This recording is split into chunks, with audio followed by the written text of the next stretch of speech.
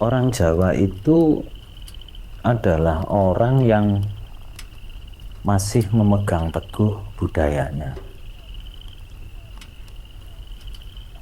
Jadi di sini jelas bahwa siapa orang Jawa itu? Orang Jawa adalah orang yang masih memegang teguh ajarannya. Nah, dalam ajaran Jawa itu sangat erat kaitannya dengan yang namanya tirakat. Jika kita dulu itu sering didhawuhi oleh para sesepuh kita itu sregepo tirakat, sing kuat tirakat, dan sebagainya. Intinya orang Jawa itu lekat dengan yang namanya tirakat itu sendiri. Orang Jawa mengenal setidaknya 4 macam tirakat, seperti yang dijelaskan dalam buku Makna Agama dalam Masyarakat Jawa ini diterangkan, yaitu setidaknya ada 4 model tirakat orang Jawa. Yang pertama adalah poso. Poso itu ya menahan makan, menahan minum, begitu. Itu makanya orang Jawa itu poso gitu. Jadi apalagi orang-orang yang memiliki tujuan khusus, memiliki hajat-hajat khusus, itu para sepuh itu selalu berpesan ya sing sregep tirakat gitu ya, sing sregep melek bumi, begitu. Jadi itu. Selain poso, orang Jawa juga mengenal yang namanya ngerowot. Ngerowot itu membatasi makan. Jadi orang Jawa membatasi makanan yang dia makan. Ngerowot itu hanya memakan makanan yang tidak berbiji. Makanan yang tidak berbiji.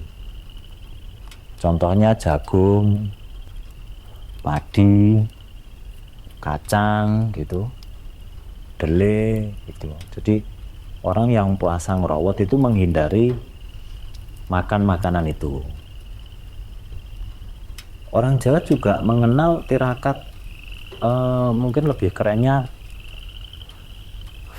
vegetarian, yaitu tidak memakan daging.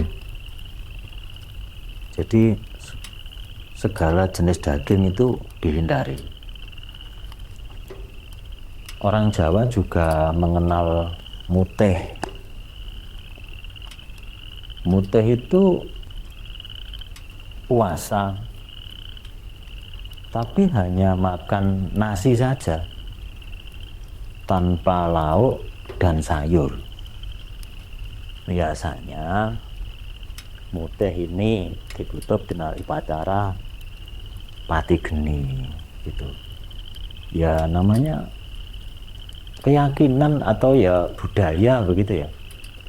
Jadi ya memang begini. Kita sebagai generasi muda ya setidaknya tahulah, oh ini toh budaya Jawa itu ini, supaya kita tidak sampai kehilangan jati diri kejawaan kita. Apakah harus dilakukan? Ya kembali pada nafsi-nafsi kita. Kalau ini namanya budaya, tidak mengandung unsur apa-apa, ya namanya budaya, ya monggo.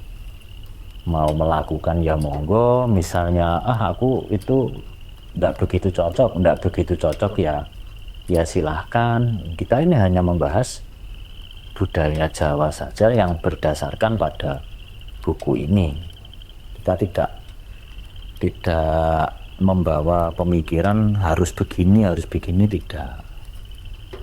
Karena kita membicarakan tentang budaya Jawa ini. Dasarnya ya buku ini. Itu memang orang Jawa itu membagi-bagi begitu, strata-strata begitu. Tirakat, ini, bahasa dibagi-bagi. Ada moko, ada kromo, kromo inggil, kromo halus, begitu. Itu ditata. Untuk apa orang Jawa itu selalu membuat batasan-batasan atau kelompok-kelompok itu apa? Untuk menata sistem kehidupannya. Jadi bagaimana bahasa kita dengan anak kecil, bagaimana bahasa kita dengan yang lebih sepuh, bagaimana bahasa kita dengan sesama, begitu. Nah, kalau sisi bahasa ini sangat sulit sekali karena bahasa Jawa itu banyak sekali kosakatanya. Seringkali dijumpai orang itu maksudnya pengen berbahasa dengan baik, tapi malah menggunakan kosakata yang kurang pas. Contohnya kulo dahar. Kulo dahar itu ya maksudnya pengen menggunakan bahasa Jawa yang betul mungkin maksudnya, tapi kata dahar ini jangan digunakan untuk diri kita sendiri, karena prinsipnya orang Jawa itu tidak meninggikan dirinya sendiri. Atau kulo tak siram rien begitu. Itu namanya mbasakne awake dhewe. Mbasakne awake dhewe. Ya memang secara tata cara bahasa ya mungkin kurang betul, tapi setidak-tidaknya masih mau menggunakan bahasa Jawa, setidaknya mau belajar menggunakan bahasa Jawa. Sebab apa jadinya jika karena wah aku timbangannya salah, wis nggak usah pakai bahasa. Nah, ini menjadi lebih fatal lagi nanti.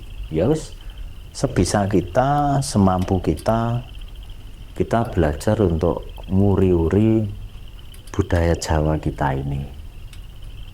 Yo sak dadi-dadine yo sak rupan-rupan dulu, nanti lama-lama ya pasti kita ini menjadi bisa begitu. Artinya yo menjadi apa ya? Menjadi mampu mau belajar, lama-lama ya pasti bisa begitu.